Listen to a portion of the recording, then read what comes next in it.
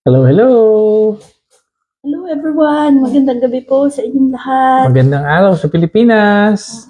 At saan lupalok-pan po ng mundo. It's us again. June and Shine. Coming to you live from North Carolina, USA. So, ang topic natin ngayon is makiki-trending tayo. Uy, ano bang meron? Trending sa Pilipinas, di ba? Trending si Joy at Ethan ngayon. Ano yun? Hindi ko yata alam yun Hindi mo alam yun. So, yun yung hello, love, goodbye. Okay. Pero ano naman yan, hindi yun about sa love story. So, we will be talking about joy. Akala ko diba? Trending.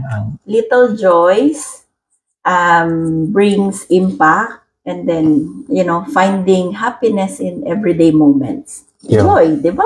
Joy. Gratitude ako, joy. and joy. Ako ang plural form ni Joy. Kasi Joyce ako eh. Maraming joy. Oo, marami akong Joyce. Marami akong joy kasi plural. So, have you noticed po ba na parang a simple smile from a stranger, di ba, can brighten your entire day? Like, dito napansin namin dito sa Amerika, like, especially dito sa neighborhood namin, hindi namin sila kilala talaga. But, whenever they pass by on us, lalo na yung pagka yung mga bata is naglalaro sa labas, kakaway sila, ngingiti sila, and parang it's such a good feeling na hindi namin sila kakilala, but yung they are sharing, maybe their simple kindness, gesture of kindness. Oo. Diba? Kasi nowadays, we are so caught up with so many things in life that we forget to find simple joys in simple things. Diba?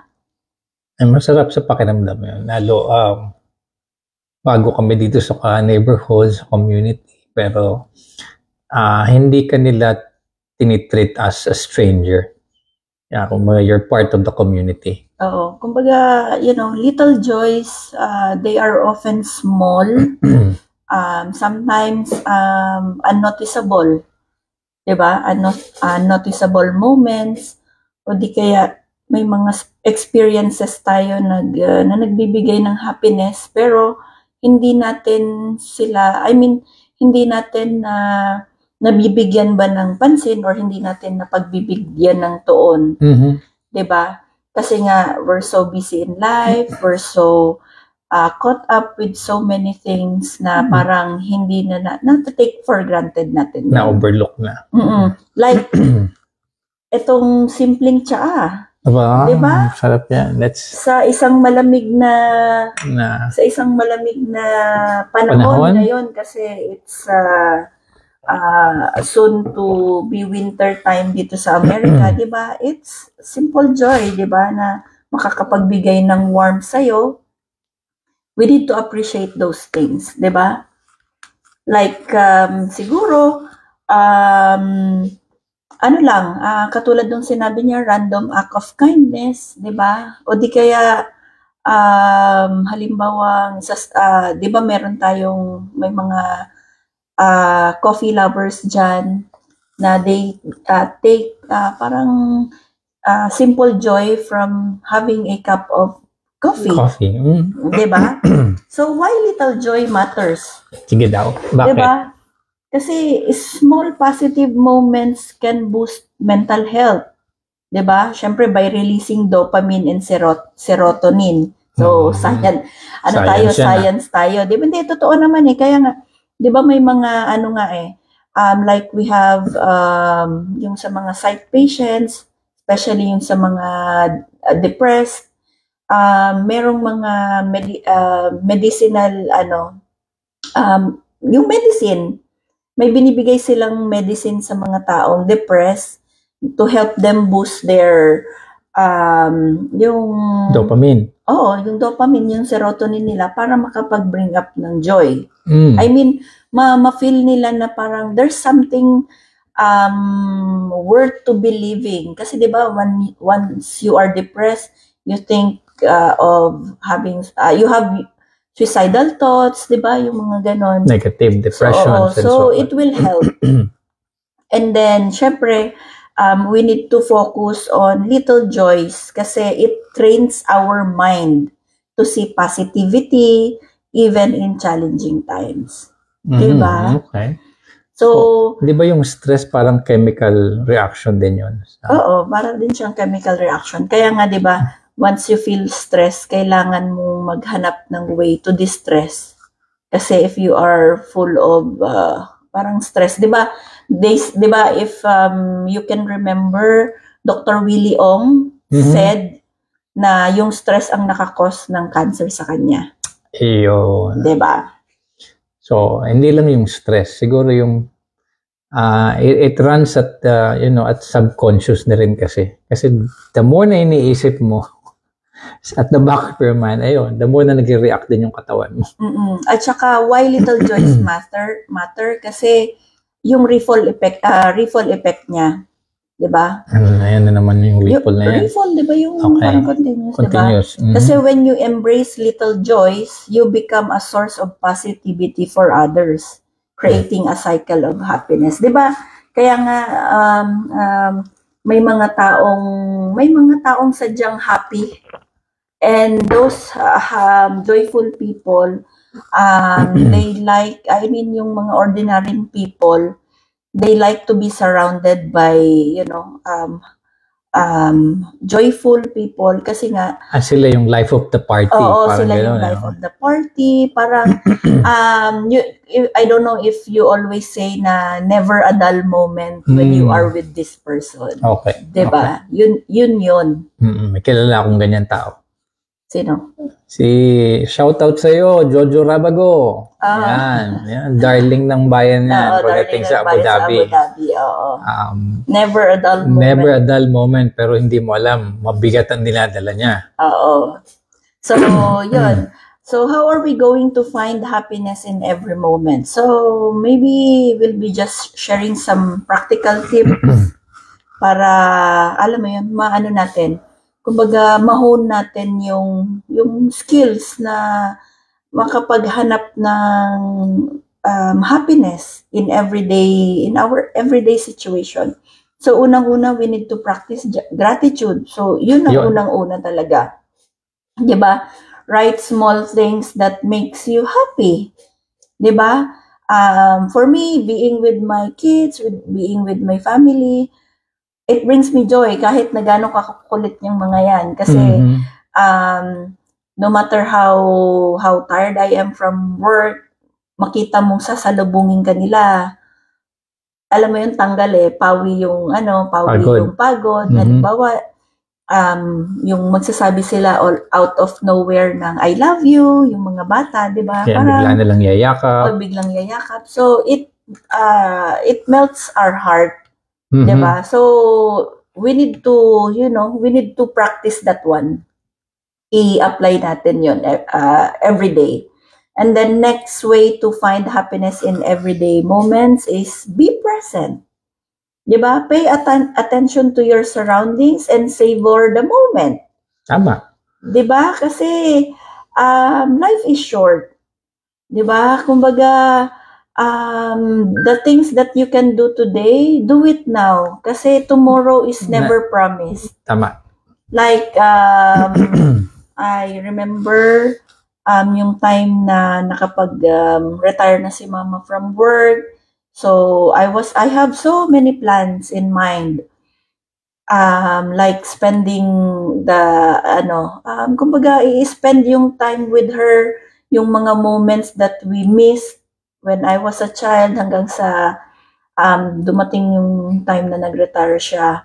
But then, hindi natuloy kasi nga, 'di ba, kinuha na siya ni Lord. So, I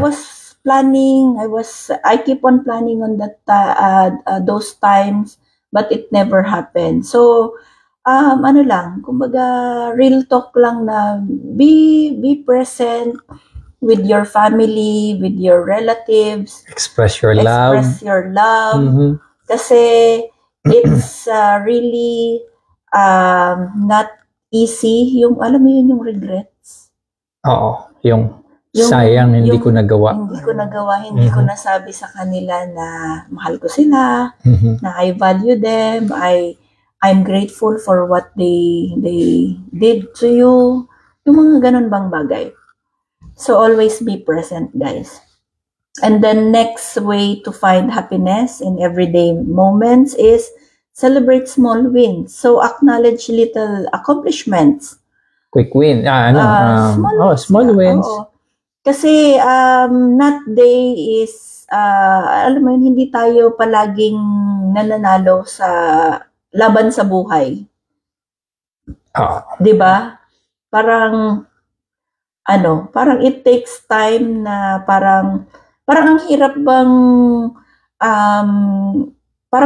ang hirap manalo, parang mahirap makipaglaban sa buhay na parang feeling mo wala kang ikaw papanalo. Hindi lang naman tayo anak ng Diyos. Marami tayo, di ba? Marami nagdadasal, maraming nanghihingi ng tulong, syempre, it will come in your time, in due time. Ika nga. Oo. So, when you finally get an answer to your prayer, whether it might not be the exact answer to your prayer, celebrate it. Kasi, kumbaga, hindi pa tapos si Lord sa'yo. Babalik pa siya. And, syempre, God has a better plan. And, at that moment, siguro, yun yung the best thing na pwede niyang pagkaloob sa'yo. Oo. So, something will be coming better, definitely. But, it will take some time. And you have, mali mo, tinetest lang din yung patience mo. O kaya may tinuturo sa yung dapat mong gawin para matupad yun, maisakatuparan yung talagang goal na minimithi mo. Oo. Tapos next is engage your senses. Like, notice the smell of yung pabango niya, pabango ng asawa mo, di ba? Yung pagkain niya sa araw-araw, taste, kumbaga, i-savor mo yung flavor. Tsaka, yung sound of, alam mo yun, sound ng nature, o di kaya sound ng iyak ng anak mo. Yung mga ganon. Malaking bagay yun. Kumbaga parang i-engage mo yung mga senses mo sa mga ganon. Kasi usually, you can find joy doon. Oo. And hindi mo na maibabalik yun. Yung mga ganong moments. Yeah, once it passes, mahirap nang ibalik yun. Oo. Never. And then next, last way to find positivity in everyday moments is spread positivity, diba? Compliment someone in your work. Like a simple, uy, I like your hair. Oo, malaking bagay diba? Or, I like your outfit. Yung mga tipong compliment ba? Kasi hindi natin alam kung ano yung pinagdadaanan ng tao. Maybe your compliment makes her day, maybe your smile, diba? Makes their day. Diba? You don't know. Maybe, share an uplifting siguro message, stories sa mga ka-office work mo kasi hindi natin alam, maybe those words can heal them. Maybe those words can make them realize na they are in a better position pala.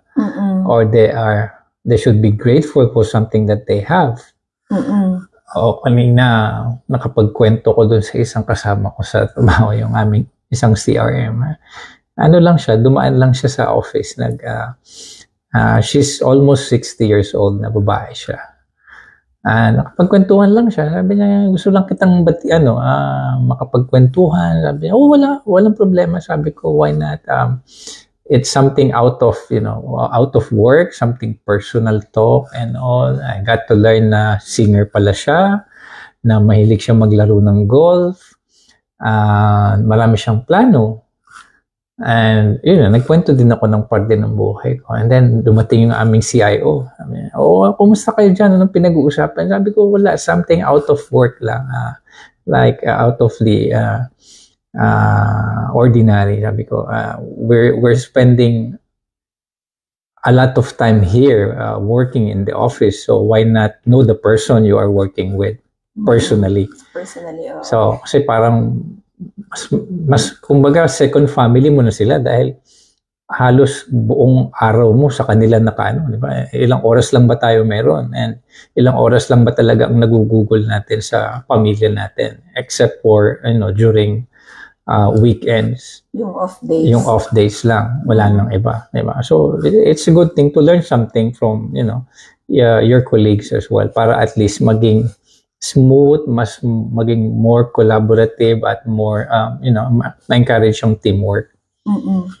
So, for those people who will be watching the replay, ano po ba yung one thing na nagpa-smile sa inyo ngayon?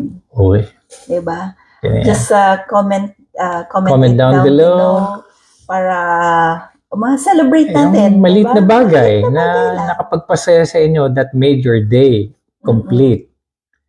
Or sa mga mag-uumpisa pa lang ang araw, lalo na sa Pilipinas. Yeah. Just let us know and leave us a comment. Para ma-celebrate natin yan. Celebrate natin yan together. So, before we will be ending our session for tonight, so maybe just an inspiring quote to get you by sa mga nag-uumpisa pa ang araw. Yeah. So, happiness is not a goal. It's a way of living. One small joy at a time. Makes sense. Diba? Kasi ano naman siya eh. Kumbaga, hindi naman araw-araw kumbaga hindi naman araw-araw laging masaya, may problema talaga yan, diba? Part ng pagiging tao yan. But let's just find ways on how to be joyful sa buhay natin.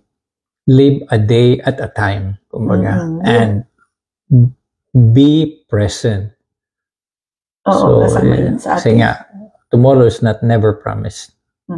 Tomorrow is never promised. So, do what you can, say good things sa mga taong makakasalamuhan natin, and syempre appreciate those people around you. Kasi, katulad nung sabi niya, tomorrow is never promised, life is short, so might as well spend your life happy, di ba?